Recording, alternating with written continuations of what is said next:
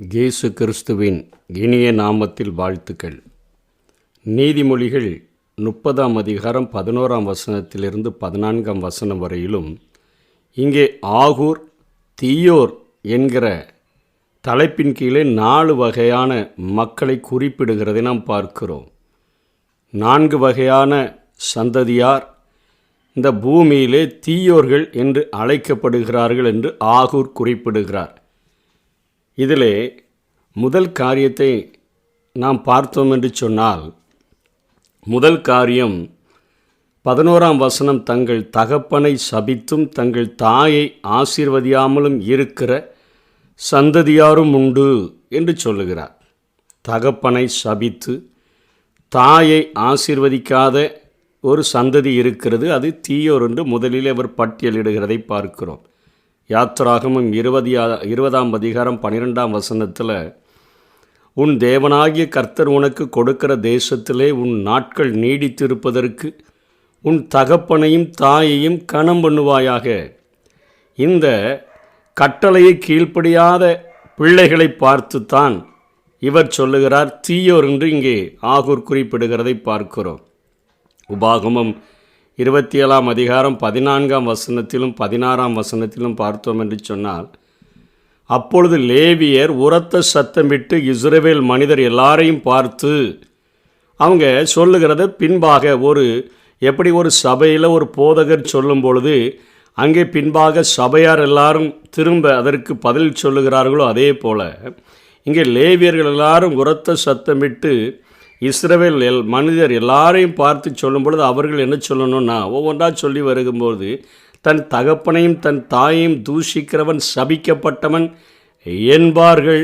அப்பொழுது ஜனங்கள் எல்லாரும் ஆமேன் என்று சொல்ல கடவர்கள் என்று அங்கே ஆண்டவர் மோசையின் மூலமாக ஒரு கட்டளையை எழுதி கொடுத்திருக்கிறதை பார்க்கிறோம். அத்தனையாக ஒரு தகப்பனையும் தாயையும் தங்களுடைய வாழ்விலே அவர்கள் முதிர் வயதாகும் பொழுது அவர்களை கனம் பண்ண வேண்டும் என்று சொல்லி இங்கே ஆண்டவர் அத்தனை தெளிவாக போதிக்கிறார். ஏனென்று சொன்னால், நம்முடைய சிறு குழந்தையாய் நாம் இருக்கும் பொழுது நம் பண்ணுகிற எல்லா காரியங்களையும் பொறுத்து கொண்டு, நம்முடைய பலவீனங்களை பொறுத்து கொண்டு, நம்முடைய காரியங்கள் எல்லாவற்றையும் பொறுத்து கொண்டு நம்மை வளர்க்கிற அவர்கள் முதிர் வயதிலே அவர்கள் குழந்தைகளைப் போல ஆகிற அந்த பருவத்திலே அவர்களை அத்தனையாய் நாம் கரிசனையோடு கூட பார்க்க வேண்டும் என்று சொல்லி இங்கே ஆண்டவர் அந்த ஜனங்களுக்கு அருமையான ஒரு கட்டளையை கொடுத்திருக்கிறதை பார்க்கிறோம். இயேசுவும் மத்தேயு 15ஆம் அதிகாரம் 4ஆம் வசனத்திலிருந்து 6ஆம் வசனம் வரையிலும் சொல்லுகிறார், உன் தகப்பனையும் தாயையும் கனம் பண்ணுவாயாக என்றும்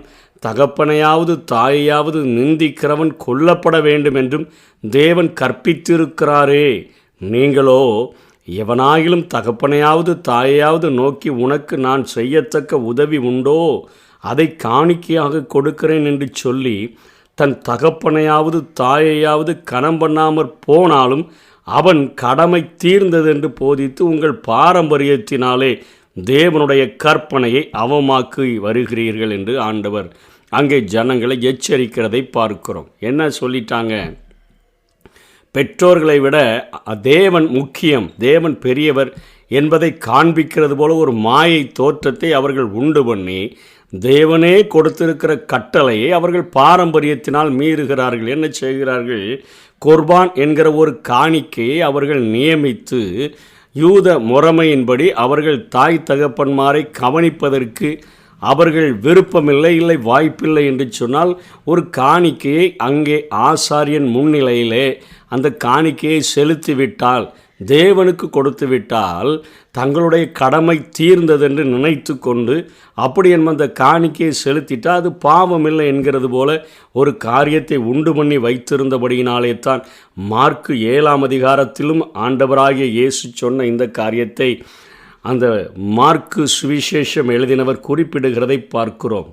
11ஆம் வசனத்தில், அதை குர்பான் காணிக்கையாக கொடுக்கிறேன் என்று சொல்லிவிட்டால் அவனுடைய கடமை தீர்ந்தது என்று சொல்லி அவனை இனி தன் தகப்பனையாவது தன் தாயையாவது யாதொரு உதவியும் செய்ய ஒட்டாமல் நீங்கள் போதித்த பாரம்பரியத்தினாலே தேவ வசனத்தை அவமாக்குகிறீர்கள். காணிக்கையை வாங்கிட்டு உன் கடமை தீர்ந்துச்சுப்பா, நீ என்னமோ உங்கள் அப்பா அம்மாவுக்கு ஒன்றும் செய்யலைனாலும் பாவம் இல்லைன்னு சொல்லிட்டு நீங்கள் தேவனுடைய கற்பனைகளை, தேவனுடைய கட்டளைகளை உங்கள் பாரம்பரியத்தினால் அவமாக்குகிறீர்களே என்று சொல்லி ஆண்டவராகிய இயேசு அத்தனை அங்கலாய்ப்போடு கூட பேசுகிறதை நாம் பார்க்கிறோம். இயேசு பூரண புருஷராக இந்த பூமியில் வாழ்ந்து அவள் கல்வாரி சிலுவையில் மரிக்கிற தருவாயில் கூட அங்கே யோவானை பார்த்து சொல்லுகிறார், இதோ உன் தாய் என்று சொல்லி தன்னுடைய தாயை அவனிடத்தில் ஹேண்ட் ஓவர் பண்ணி செல்லுகிறதை நாம் பார்க்கிறோம். அத்தனையாக தேவன் ஒரு தாய் தகப்பனை நாம் கனம் பண்ண வேண்டும், அவர்கள் வயது சென்றவர்கள் ஆகும் பொழுது அவர்களை நேசிக்க வேண்டும் என்று சொல்லி ஒரு அருமையான ஒரு கட்டளையை நமக்கு அவர் போதித்து இருக்கிறதை நாம் பார்க்கிறோம். இதே ஆகூர் நீதிமொழிகள் 30:17 சொல்கிறாரு, தகப்பனை பரியாசம் பண்ணி தாயின் கட்டளையை அசட்டை பண்ணுகிற கண்ணை நதியின் காகங்கள் பிடுங்கும், கழுகின் குஞ்சுகள் தின்னும். சும்மா உட்கார்ந்துட்டு இருக்கும்போது இப்படிப்பட்ட பாவத்தை தகப்பனையும் தாயையும் கனம் பண்ணாத ஒருத்தனை கொத்திட்டு போயிடாது. அது எதற்கு குறிப்பிடப்படுகிறது என்று சொன்னால், திருச்சட்டங்களுக்கு ஆண்டவர் எழுதி கொடுத்த அந்த கற்பனைகளுக்கு கட்டளைகளுக்கு கீழ்ப்படியாமல் இருக்கிற ஒரு மனிதன் அவனுடைய மரணத்தை பற்றியும் அவன் நல்லடக்கம் செய்யப்படா இயலாத ஒரு நிலைமையை பற்றியும், அதாவது ஒரு அகால மரணத்திலோ அல்லது ஒரு காரியத்திலோ அவன் மரித்து போய்விடுவான்.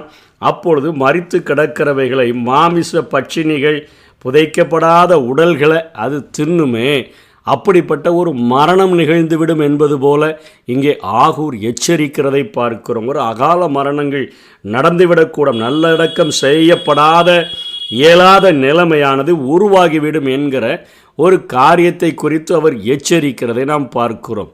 பவுல் அப்போஸ்தலனும் எபேசியர் நிருபத்திலே 6ஆம் அதிகாரத்தில் அவர் சொல்லுகிற காரியங்களை பார்க்கிறோம். 1ஆம் வசனத்தில், பிள்ளைகளே உங்கள் பெற்றாருக்கு கர்த்தருக்குள் கீழ்ப்படியுங்கள், இது நியாயம், உனக்கு நன்மை உண்டாயிருப்பதற்கும் பூமியிலே வாழ்நாள் நீடித்திருப்பதற்கும் உன் தகப்பனையும் உன் தாயையும் கனம் பண்ணுவாயாக என்பதே வாக்குத்தத்தம் உள்ள முதலாம் கற்பனையாயிருக்கிறது என்று சொல்லி பெற்றோர்களை கனப்படுத்துகிறவர்களை குறித்து அருமையான ஒரு கட்டளையை போதிக்கிறார். பெற்றோர்களை கனப்படுத்தாதவர்களை ஆகூர் இங்கே தீயோர் என்று குறிப்பிடுகிறதை பார்க்கிறோம். கொலோசியருக்கு எழுதின நிருபத்திலும் பவுல் இதே காரியத்தை வலியுறுத்தி அவர் சொல்லுகிறதை பார்க்கிறோம். கொலோசியர் 3ஆம் அதிகாரம் 20ஆம் வசனத்திலும் பவுல் சொல்லுகிறார், பிள்ளைகளே உங்கள் பெற்றாருக்கு எல்லா காரியத்திலேயும் கீழ்ப்படியுங்கள், இது கர்த்தருக்கு பிரியமானது. கர்த்தருக்கு பிரியமான காரியத்தை இந்த காரியங்களில் நம்ம செய்யலைன்னு சொன்னால், அவர்கள் வயது சென்றவர்கள் ஆகும் பொழுது அவர்களுக்கு கொடுக்க வேண்டிய கணம், அவர்கள் இடத்துல இன்றைக்கி நம்ம நினைக்கிறோம் ஒரு முதியோர் இல்லத்தில் கொண்டு போய் சேர்த்துட்டு நிறையா பைசா கொடுத்து அவர்களை பார்த்து கொண்டானா போதும்னு நினைக்கிறோம்.